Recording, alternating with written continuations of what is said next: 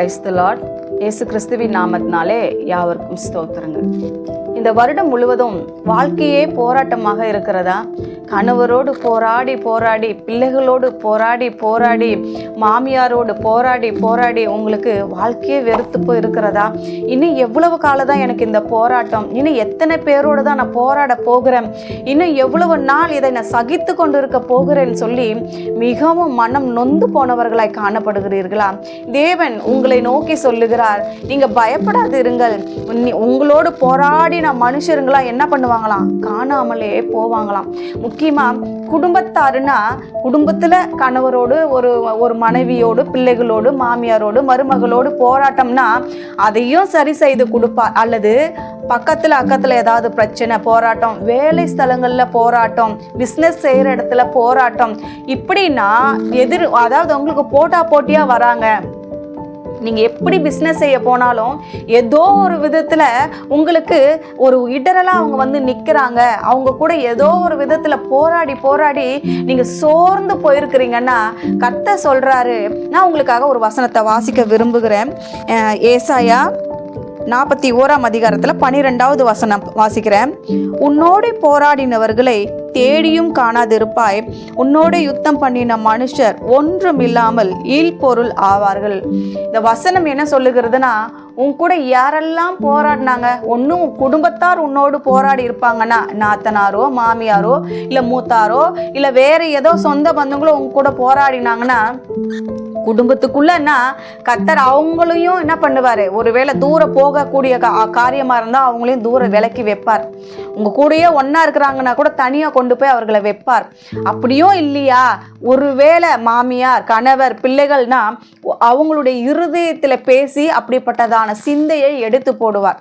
இல்லையா, பக்கம் அக்கா நம்ம சொன்ன மாதிரி எல்லா விஷயங்களிலும் நமக்கு போராட்டம் இருக்கிறதா, அவங்களாம் என்ன பண்ணுவாங்களாம்?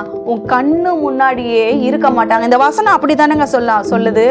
உன்னோடு போராடினவர்கள் நீ தேடியும் காணாது இருப்பாய். நீ நினைப்ப, நேத்து பிரச்சனை பண்ணாங்களா, அவங்கள காணவே காணமே. முந்தா நேத்து வந்து இங்க சண்டை போட்டாங்களா, அவங்க காணமே. நம்ம பாட்டுக்கு அமைதியா இருப்போம். ஏனோ தான் நம்ம வேலையை பார்த்துக்கிட்டு நம்ம சும்மா தான் இருப்போம்.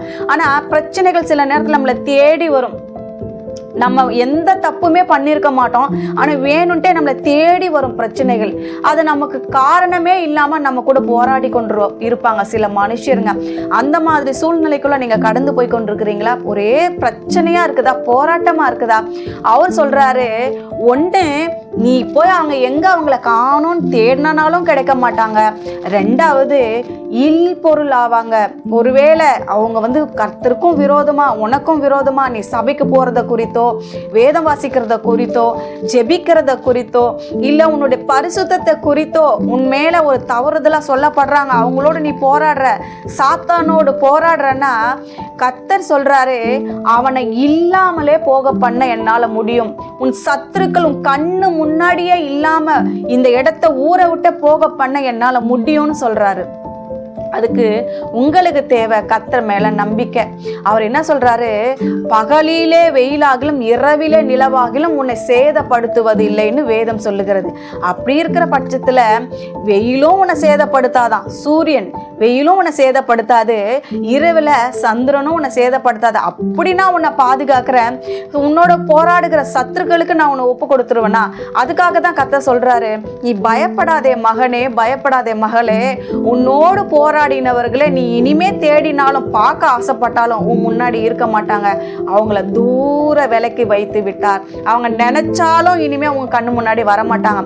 அதையும் மீறி பண்ணாங்கன்னா இல்பொருள்னா காணாமலே போயிடுவாங்க, இல்லாமலே போயிடுவாங்கன்னு கர்த்தர் சொல்றாரு. இதற்கு மேல சொல்லுவதற்கு வேற எதுவும் இல்லை. இல்பொருள் ஆவார்கள்னா அதுல அந்த வார்த்தையிலே அர்த்தம் இருக்கிறது. ஆகையினால பயப்படாது இருங்கள். உங்களுடைய போராட்டத்துக்கு ஒரு முடிவு உண்டு. நிச்சயம் எங்கெல்லாம் நீங்க கலங்கி நின்று, அப்பா எப்போதான் இந்த யுத்தத்திலேருந்து போராட்டத்திலேருந்து விடுதலை கிடைக்கும் என்று நீங்க ஏங்கி கொண்டிருக்கிறீங்கள, வருகிற புதிய நாட்கள்ல உங்களுக்கு நிச்சயமாக ஒரு புது வழி திறக்கும். நிச்சயமாக உன்னுடைய சத்துருக்களுக்கு விலக்கி உன்னை பாதுகாப்பார். செபிக்கலாமா? நல்ல தகப்பனே, இந்த வேலைக்காக ஸ்தோத்திரிக்கிறார் ஆச்சா. நிறைய பேருக்கு இசப்பா அந்த உலகத்துல அப்பா வாழ்க்கையோடு, சத்துருக்களோடு, பிசாசோடு போராட்டம் ராச்சா. ஜெபிக்க முடியறதில்ல, வேதம் வாசிக்க முடியறதில்ல அப்பா, ஏகப்பட்டதான காரியங்கள். இது எல்லாவற்றையும் நீங்க கண்ணோக்கி பார்த்து அவர்களை விட்டு நீக்கி அவர்களை பரிசுத்தப்படுத்தி ஆசீர்வதியும், சமாதானத்தினால மூடிக்கொள்ளும். இயேசுவின் நாமத்துல ஜெபிக்கிறோம் பிதாவே, ஆமென்.